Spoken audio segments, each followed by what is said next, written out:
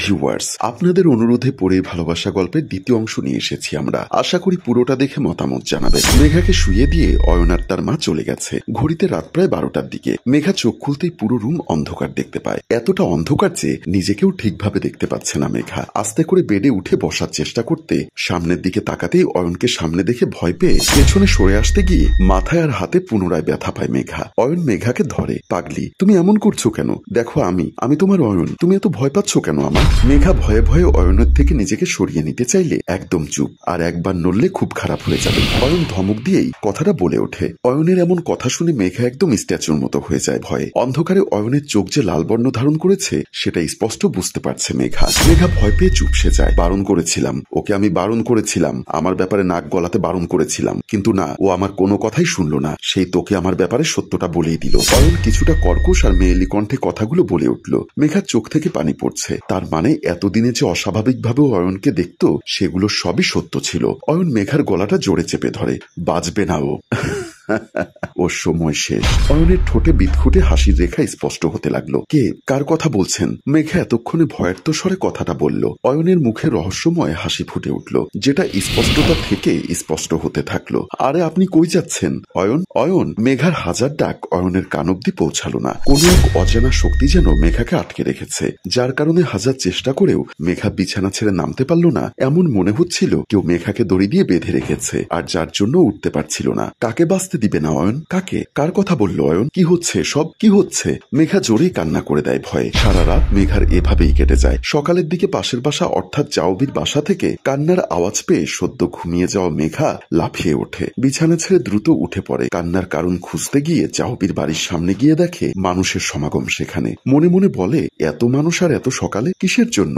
মেঘা ওর মাথায় হাজারটা প্রশ্ন নিয়ে সামনের দিকে এগোয়। জাউবির রুমে যেতেই মেঘার পা আটকে যায়। তোরে লম্বা করে কাউকে শুয়ে রাখা হয়েছে সাদা কাপড়ে। তার পাশে জাউবির মা তোর পাচ্ছে আর কান্না করছে। মেঘা এতটুকু বুঝেছে কেউ একজন মারা গেছে, কিন্তু কে সেটা বুঝতে পারছে না মেঘা। নতুন এজন্য এবাড়ির মানুষদের ঠিকভাবে চিনে না, একমাত্র জাউবির পরিবার ছাড়া। মেঘা এদিক ওদিক তাকিয়ে জাউবিকে খোঁজার চেষ্টা করছে, যাতে করে ও জাউবির থেকে কে মারা গেছে ব্যাপারটা জানতে পারে। কিন্তু জাউবিকে মেঘা কোথাও খুঁজে পেল না। হঠাৎ জাউবির মায়ের বলা একটা কথাতে মেঘা অনেক বড় ধাক্কা খায়। বিশ্বাস করো তোমরা, আমার মেয়ে নিজেকে শেষ করেনি। আমার মেয়ে তেমন ছিল না। আরে ও তো সবসময় হাসি খুশি ছিল। ও কেন সুইসাইড করবে? আর ওর তো বিয়েও ঠিক করা হয়েছিল ওর পছন্দের মানুষ রাহাতের সাথে। ওর কোনো আবদার কখনো অপূর্ণ রাখিনি আমরা। আমার মেয়ে এই কাজ কখনোই করবে না, কখনোই না। মেঘা এবার গিয়ে লাশের মুখ থেকে কাপড়টা সরিয়ে ফেলতেই পিছিয়ে আসে জাউবি। মেঘার মুখ থেকে অস্ফুট স্বরে নামটা বেরিয়ে আসে। মেঘা ব্যাপারটা সহ্য করতে না পেরে সেন্সলেস হয়ে পড়ে যেতে নিলে কেউ একজন মেঘাকে ধরে ফেলে। তাকে অন্যদিকে চোখে মুখে পানি ছেটানোর কিছু সময় পরে মেঘা চোখ খোলে।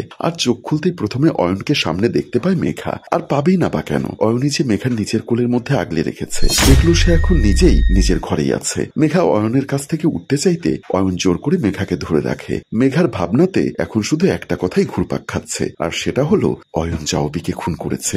ওদিকে অয়ন বলে চলেছে, আমি যখন ঘুম থেকে উঠি আর বেলকনিতে গিয়ে কুলকুচি ফেলতে যাব, ঠিক তখনই জাউবিকে ফ্যানের সাথে দড়িতে পেঁচিয়ে ঝুলতে দেখি। অয়নের এ সকল কথার কোনোটাই বিশ্বাস করলো না মেঘা, কারণ মেঘা জানে কাল রাতে জাউবির খুন অয়নই করেছে। আর এসব ভূতপ্রেত সব মিথ্যে। এর মধ্যে নিশ্চয়ই কোনো রহস্য আছে, যেটা মেঘাকে খুঁজতে হবে। অয়ন মেঘার মাথায় হাত দিয়ে বলে, পাগলি, তুমি জাউবিদের বাসায় আর যেও না, আমি জানাজা পড়ে আসি, ততক্ষণ তুমি একটু ঘুমোও। মেঘা অয়নের কথা মতোই কাজ করলো। মেঘা ঘুমিয়ে পড়েছে ভেবে অয়ন আর তার মা রুম থেকে বেরিয়ে পড়ে। জানাজা শেষে অয়ন আর অয়নের বাবা বাসায় প্রবেশ করলো। মেঘার শাশুড়ি সোফায় বসেছিল। অয়ন এসে সোফাতে বসতে না বসতেই একজন পুলিশ অফিসার আর হাবিলদার এসে হাজির হয়। আসাদুজ্জামান নয়ন চৌধুরীকে। অয়ন দাঁড়িয়ে যায়। জি, আমি নয়ন চৌধুরী, কি প্রয়োজন বলুন? এই, ওনার হাতে হাত করা লাগাও জলদি। অয়নের মা পুরোই অবাক। মানে এসবের মানে কি দারোগা সাহেব? অফিসার বলল, জাউবি নাহার আফসার খুনের দায় ওনাকে অ্যারেস্ট করা হচ্ছে।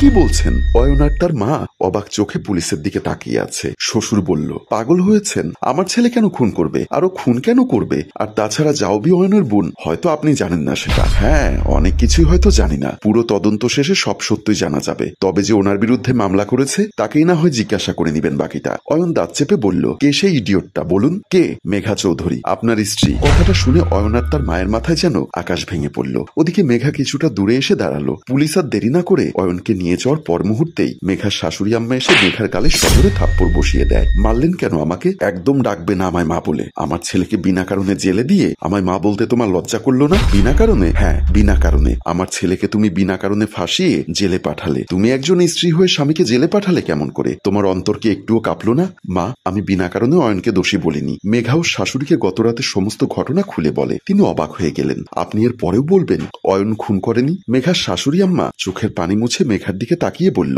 হ্যাঁ আমি একবার না 1000 বার বলবো আমার অয়ন খুন করেনি। ও খুন করেনি খুন। এটাই যে সত্য মা। কোন সত্যের কথা বলছো তুমি? কোন সত্যটা জানো তুমি? যে কথাটা তুমি অয়নের থেকে শুনেছো ওটা অয়নই বলেছে। তবে বাধ্য হয়ে যে খুনের অপরাধে তুমি অয়নকে আজ হাজতে পাঠালে সেই খুনটাও অয়নকে দিয়ে করানো হয়েছে, কিন্তু অয়ন করেনি। এসব কি বলছেন মা? মেঘার শাশুড়ি নরম হয়ে গেছেন। যাওবি যে কথাগুলো তোমায় বলেছিল তার একটুও মিথ্যা ছিল না। মেঘা হা করে তাকিয়ে থাকে। কিন্তু এটা ষড়যন্ত্র করে আমার ছেলের উপর চাপিয়ে দিয়েছে আনিকার বাবা। আনিকা? ষড়যন্ত্র? কে ওনারা? মেঘার শাশুড়ি ফ্লোরে বসে পড়ল। মেঘা বারবার জিজ্ঞাসা করেই যাচ্ছে, কিন্তু তিনি কিছুই বলতে পারছেন না, শুধুই চোখের জল ফেলছেন। সম্মানিত ভিউয়ার্স, গল্পের শেষ অংশ দেখতে চোখ রাখুন আমাদের পেজে। আর গল্পটা ভালো লাগলে অবশ্যই শেয়ার করতে ভুলবেন না। গল্পটির ভাবনা ও পরিচালনায় অভি, ক্যামেরায় শিহাব ও শাকিল এবং প্রযোজনায় মঞ্জুর মোর্শেদ। ধন্যবাদ।